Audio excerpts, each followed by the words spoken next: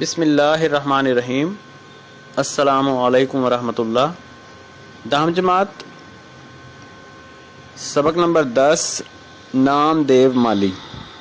ان کے مصنف ڈاکٹر مولوی عبدالحق کے بارے میں ہم آج کو کچھ بتانے جا رہے ہیں۔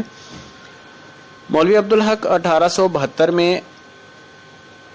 ضلع میرٹھ یو پی کے ایک گاؤں ہاپوڑ میں پیدا ہوئے اور ان کی وفات جو تھی وہ 1961 میں ہوئی۔ ابتدائی تعلیم فیروز پور میں حاصل کی اور مزید تعلیم کے لیے MAO کالج علی گڑھ میں داخلہ لیا۔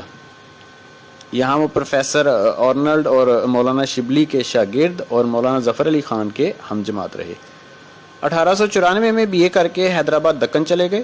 چند سال تک مدرسہ آصفیہ کے صدر مدرس کے فرائض انجام دیے، پھر محکمہ تعلیم میں مختلف عہدوں پر کام کیا۔ اورنگ آباد کالج کے پرنسپل بھی رہے اور بعد ازاں جامعہ عثمانیہ میں صدر شعبہ اردو رہے۔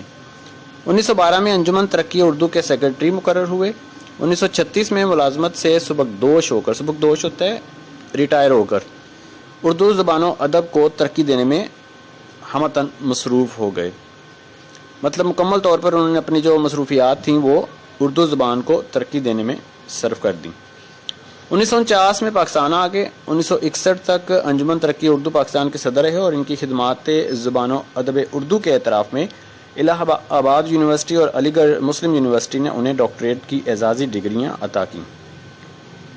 مولوی عبدالحق ایک بلند پایا محقق بولتے ہیں تحقیق کرنے والے کو، اور نقاد تنقید کرنے والے کو، ماہر لغت نگار اور عمدہ انشا پرداز تھے۔ انہوں نے اردو زبان و ادب کی ترقی اور ترویج کے لیے بھرپور کام کیا اور پوری عمر جاں فشانی سے، محنت سے، لگن سے کام کیا۔ اردو پاکستان کی سرکاری، دفتری اور ذریعہ تعلیم کی زبان بنانے کے لیے وہ عمر بھر کوشاں رہے۔ وہ اردو یونیورسٹی قائم کرنا چاہتے تھے مگر ان کی زندگی میں تو یہ ممکن نہ ہوا، تاہم کراچی میں اردو کالج ضرور قائم ہو گیا۔ فی الحقیقت وہ اردو کے بہت بڑے محسن ہیں۔ ان کی ناقابل فراموش خدمات کے پیش نظر انہیں بابائے اردو کا لقب ملا۔ ان کا ادبی اسلوب صاف، سادہ اور دلکش ہے۔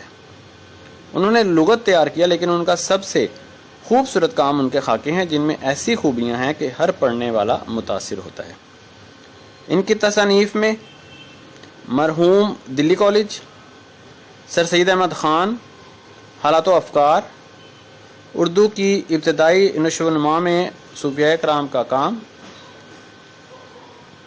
افکار حالی، مقدمات عبدالحق، خطبات عبدالحق اور چند ہم اثر شامل ہیں۔